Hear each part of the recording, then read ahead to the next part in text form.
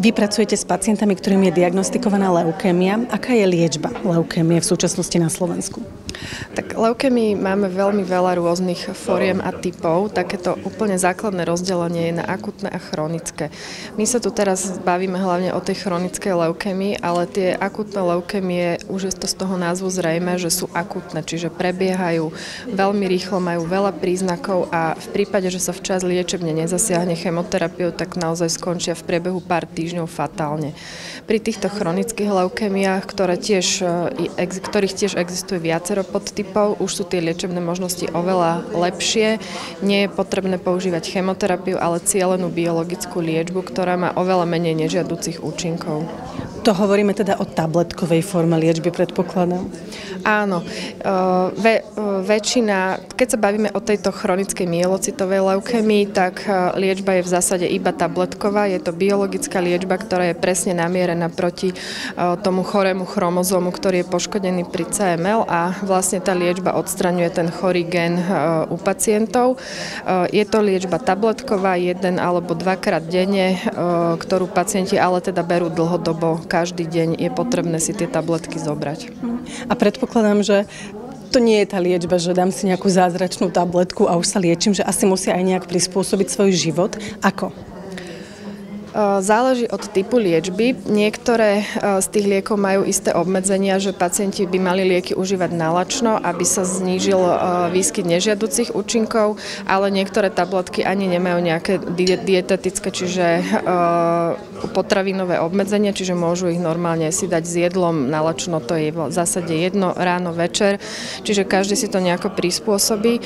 Niekto horšie toleruje všeobecne akékoľvek lieky, takže niekomu môžu byť ťažké na žalúdok, takže vždy individuálne prispôsobujeme potom s každým pacientom a hovoríme, rozprávame sa, aké má nežiaduce účinky, či mu je z toho zlé, či mu je navracanie alebo niečo, ale tie vedľajšie účinky sú minimálne naozaj. Ako väčšina pacientov tie lieky toleruje dobre, ani nevedia, že niečo užívajú. Tak ako si vezme niekto liek na tlak, tak si niekto vezme liek na leukémiu.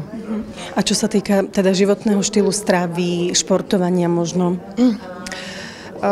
Na začiatku si tí pacienti sa musia s tou liečbou zžiť, takže musia si zvyknúť na tie lieky a tá liečba tiež potrebuje istý čas, aby zafungovala, čiže nie je to tak, že pacient vezme jednu tabletku a už teraz má hneď normálny počet bielých krviniek a zmenší sa mu slezina. Chce to istý čas, niekoľko týždňov, kým vlastne tá choroba sa dostane úplne pod kontrolu, ale v tom ideálnom prípade pacient by mal do roka dosiahnuť vlastne tie hodnoty nedetekovateľnej leukémie a potom už v zásade môže normálne fungovať. Čiže počuli sme tu aj príbehy tých pacientov, že chodia do práce, naozaj majú rodiny, chodia na výlety, športujú. Čiže tie obmedzenia sa snažíme, aby naozaj boli minimálne, takmer žiadne. To hovoríme o medikamentóznej liečbe. Je ešte nejaká iná liečba, čo sa týka tej chronickej teda leukémie? No v prípade, že teda táto medikamentózna forma nefunguje, tak veľmi málo pacientov musíme aj transplantovať. Musíme im transplantovať kostnú dreň. Tam už je tá liečba náročnejšia, musia dostať prípravný režim v podobe chemoterapie, ktorá už je spojená so závažnými nežiaducimi účinkami, hlavne infekčnými komplikáciami, ktoré tiež môžu skončiť aj fatálne, ale teda našťastie už tú transplantáciu pri CML robíme veľmi zriedkavo. Kto sa môže stať darcom? Ak máme pacienta, tak vždy najprv hľadáme darcu medzi súrodencami, avšak už medzi súrodencami je ten vhodný darca má šancu nájsť sa iba v 25% medzi súrodencami. Čiže už je aj menej súrodencov, majú menej detí, majú rodiny, čiže často sa v tej rodine ten vhodný darca nenájde a potom sa hľadá darca nepríbuzný, ktorý sa hľadá v Medzinárodnom registri darcov kostnej drene. Na celom svete je tam zaregistrovaných okolo 25 miliónov ľudí, na Slovensku je to nejak cez 20 000. Princíp je taký, že ľudia sa do toho registra iba nahlásia, registrujú, vyšetria sa im isté znaky na povrchu bielých krviniek, ktoré sa zaevidujú v databáze a potom sa vlastne pre konkrétneho pacienta hľadá darca. Až keď sa nájde ten úplne zhodný s ním, tak až vtedy sa osloví, či je stále zdravý. Môže to byť aj po 5, po 10, po 15 rokoch. Čiže preto sa tam hľadajú tí mladší ľudia. Do tých 45 rokov sa treba zaregistrovať, lebo môžu ho osloviť o 10 rokov, bude mať 55, môže mať dovtedy, vysoký tlak, cukrovku, nemusí byť už vhodný po tých 10 rokoch. Čiže čím mladší sa zaregistruje, tak tým samozrejme lepšie. No a potom sa teda ten darca kontaktuje, či s tým stále súhlasí a či teda spĺňa aj tie zdravotné podmienky na to darovanie. A v prípade, že áno, tak potom už nastane ten proces darovania kostnej drene.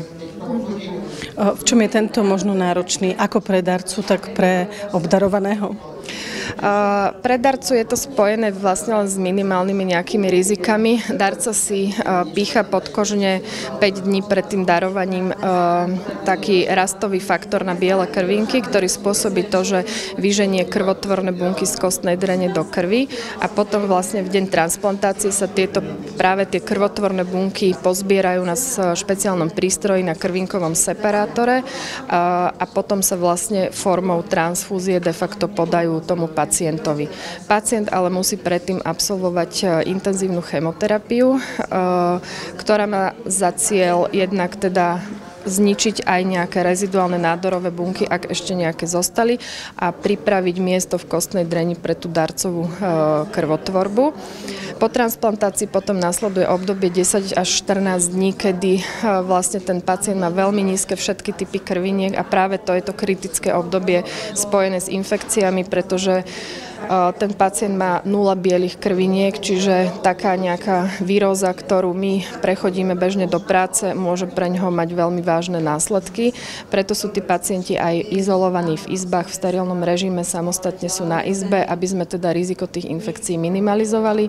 Z nedostatku krvných doštičiek majú zase rôzne krvacavé prejavy, z nedostatku červených bývajú slabí, unavení, čiže toto všetko sa rieši symptomatickou liečbou, antibiotikami, transfúziami na preklenutie vlastne toho obdobia.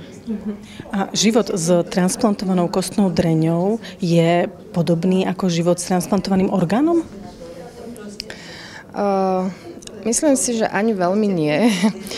V tom ideálnom prípade, ak naozaj tie komplikácie sú len minimálne a respektíve žiadne, tak pacienti užívajú tzv. Imunosupresívnu liečbu do pol roka, maximálne teda rok po transplantácii, potom sa už tá liečba vysádza. Pri transplantácii orgánov už musia tú liečbu užívať celý život, čiže ten ich imunitný systém je potom dlhšie taký nie úplne ideálne funkčný. Po transplantácii kostnej drene teda tá liečba do pol roka do roka sa zvykne vysadiť, ak nie sú žiadne problémy, ale tých komplikácií aj v tom neskoršom období je veľké množstvo, takže nie je to tak, že odtransplantujeme pacienta a už teda je po všetkom a už mu nič nie je. Sú tam rôzne reakcie štepu proti hostiteľovi, stále hrozí, že sa tá choroba ešte môže vrátiť, ak je to nejaký veľmi rezistentný klon leukémie, takže je tam tých komplikácií veľa. A sú časté? Pri CML-ke máme dobré výsledky s tou transplantáciou. Ešte pred tými 20 rokmi sme vlastne tých mladších pacientov, ak mali darcu, v podstate všetkých indikovali na transplantáciu a vychádzalo to tak, že väčšia polovica teda prežila, keď to tak môžem povedať, a má sa relatívne dobre, ale teda tá polovica tých ľudí naozaj skončila fatálne, že tí pacienti jednoducho zomreli. Teraz transplantácie pri CML, ako som hovorila, jeden pacient za rok možno máme a tým, že je to chronická choroba, vieme ich adekvátne pripraviť a už aj možnosti tej podpornej liečby sú lepšie, samozrejme, ako boli pred tými 20 rokmi, tak tých komplikácií je menej a sú tie výsledky samozrejme vždy lepšie. Čiže ak to nie je nejaký rezistentný klon, tak je šanca, že tá transplantácia pomôže.